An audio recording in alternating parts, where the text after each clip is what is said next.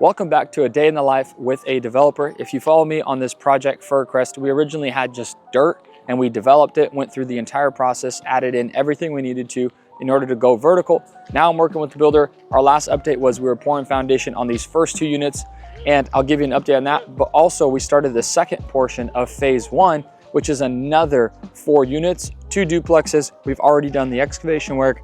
We've poured the foundation over the weekend, and now we've stripped all the forms. So we are now ready to go on post and beam, which means we're gonna get all of the flooring or the floor base done, and then we're gonna start going vertical. So what we've already done since last time is we've got that foundation complete. We had the plumber on site. They've done everything for underground plumbing, and then we went framing. So we had our first, second floor and truss day as well.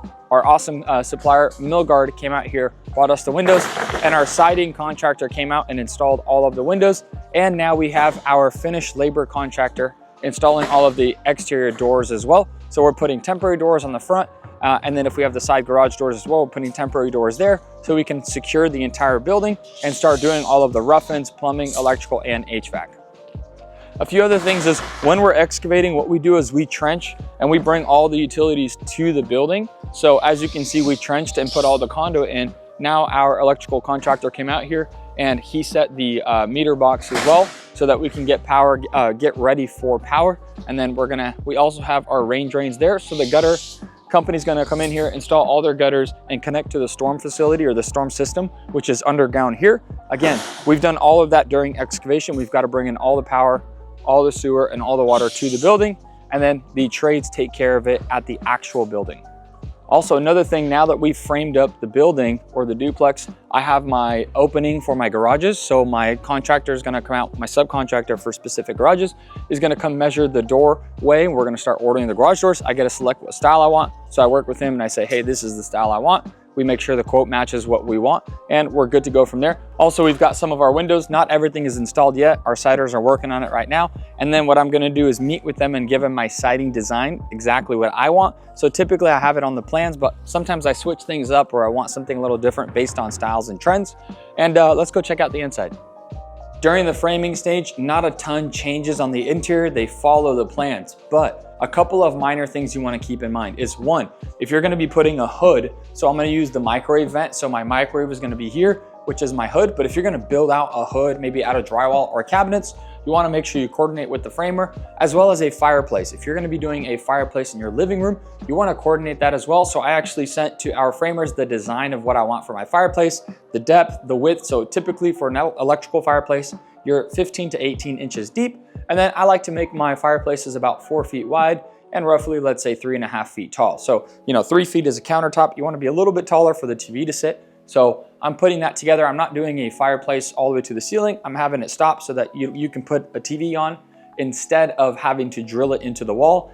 If this was a rental, I don't want tenants drilling in. I want them to put it on the TV stand, which is my fireplace. The other thing I'm working on is the cabinet design. So the cabinet subcontractor or the contractor sent me their design, but sometimes it's a little bit different than what you see on site. So they came out here and they sprayed everything for all of the other trades. So dishwasher, you're gonna need an electrician out here. As you can see, the electrician already is starting to put their outlet boxes. We just wanna be ahead of time. And so dishwasher, and then you're also gonna need to work with HVAC because they need to know where the hood vent is and the plumber where the sink is. So that's really the big factor here is we spray everything, make sure it all looks good, it feels good. One thing we noticed during the cabinet guy doing this was the distance between here and the corner of the island was too short. It was too small. It would feel a little bit tight when you walk through, especially because you have the fridge. So there's the fridge that bumps out a little bit plus this. I didn't want to come to the site and spend 30 minutes just driving. So I told him to FaceTime me. We FaceTime each other and we talked through everything. And I said, well, how much room do I have here? And he said, oh, we have 11 feet this way. Well, 11 feet for a dining room for a townhome is more than enough. I've done it with 9 feet, especially if you're doing maybe a circle table for 4, or you're doing just a standard, 4x6 or 3x6 table. So I said, let's shift everything over an entire foot this way, create more space. And what we did is because I saw there was space here, I added a 12-inch cabinet. So the 12-inch cabinet lines up with the island, and now it's all gonna flow really well. The cabinet's gonna line up with the island. I have a nice little overhang. I shifted it. Now the walkway here is gonna feel really comfortable. So Again, that's just as you learn. If I was doing this for the first time, I would say, hey, cabinet guy, what would you do? In this situation, what is best? And so he recommended, well, let's just push this over, we'll be fine. I just caught there that I don't want it to be uneven, so I added that. But this wouldn't kill a deal, this would not lose a client. It's just my pickiness of I want everything to line up and be symmetrical. Another thing most people miss is a pantry. So this is actually our pantry. It's gonna be with a door. We're gonna stack up the shelves.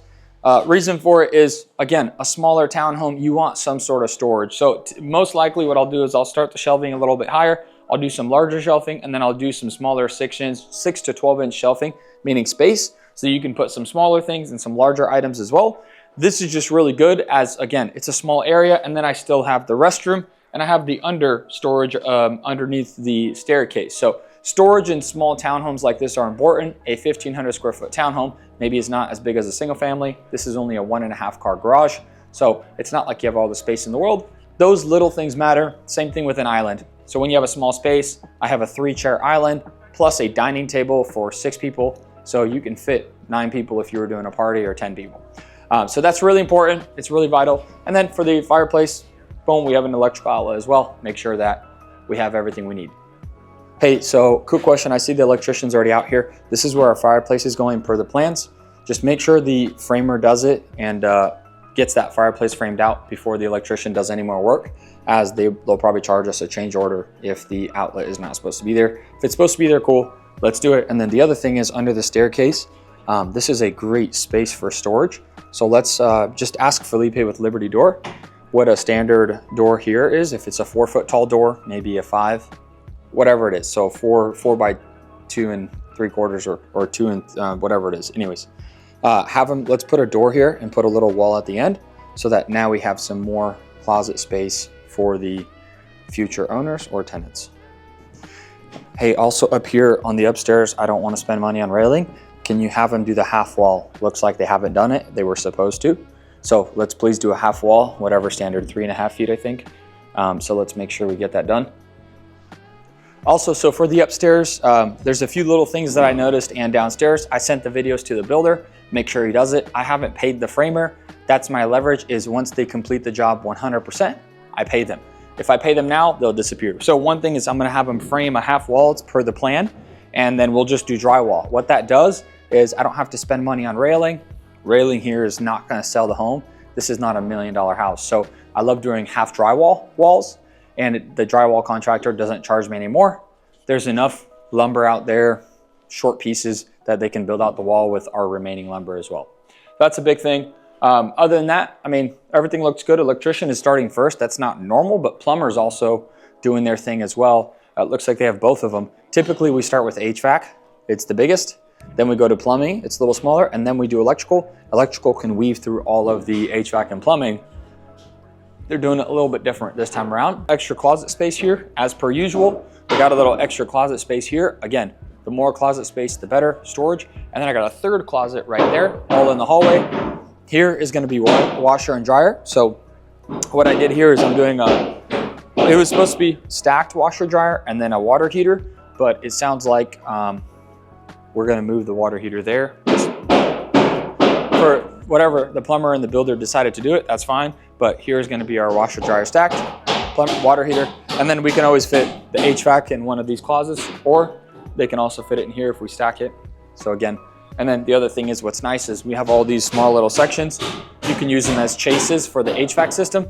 So again, we like to utilize as much of the space as possible, not to take away from the living space for somebody, right? So you have like a huge pipe going through here, not really ideal. So we work through what we got. We also use the attic space as well. Here's the master bedroom. You got big windows, and then we got the walk-in closet, also super important. I always want to make sure there's plenty of space. And this here, we had a little extra space. We framed it out just in case we need it for HVAC or anything else. If not, I'm just gonna add more shelving in the closet. Again, just trying to think efficiency as much as possible. So we've got that nice little walk-in closet, and then we got the master bathroom, which is a full walk-in bathroom. You've got 2 sinks, super important to have 2 sinks. And then I got the little drawers in the middle as well to just have for extra storage. You've got our shower, and then you've got our toilet room as well. So we've got really all of it there. And then the rest of it is the Other restrooms, it's hard without the drywall. You can see through everything, but this is the master bathroom as well. So a couple things when building a project or building out a home, you have to learn and look at other people's plans and see who's doing what and ask the questions why. So little things like, oh, I noticed most of the homes that are selling well have 2 sinks in the master. I should do two sinks in the master. This one has a walk-in closet. It seems to have sold better or faster. So you want to talk to agents as well and see, well, hey, what are some little things that sell a house faster? I've just learned over the years that double sink, people like that. Walk-in closet, people like that. Larger windows, more natural light, people like that. Things like that that matter more than, let's say, a railing on a staircase. That's not necessarily user-friendly.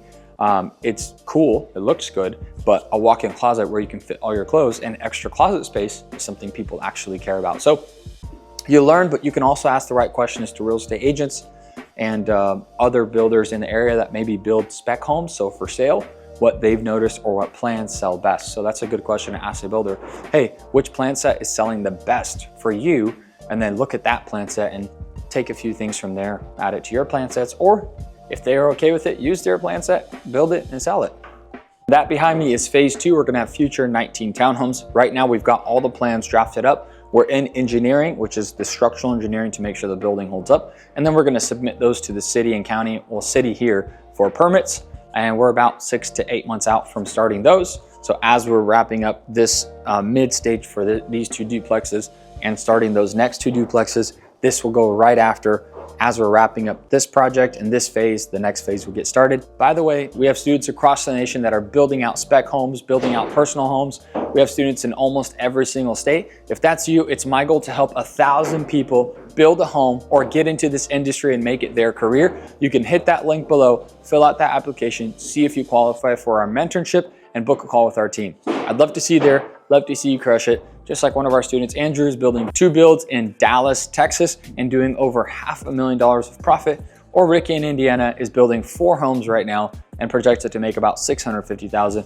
We have students across the nation crushing it, killing it. If that's you and you're ready to do it, hit that link below. And that's a wrap. That's where we're at with FirCrest Phase 1. Like, share, subscribe, and follow. Comment if you want to know anything else or you want something specific, and watch us build out the first 8 and then the next 19 over the next 12 months.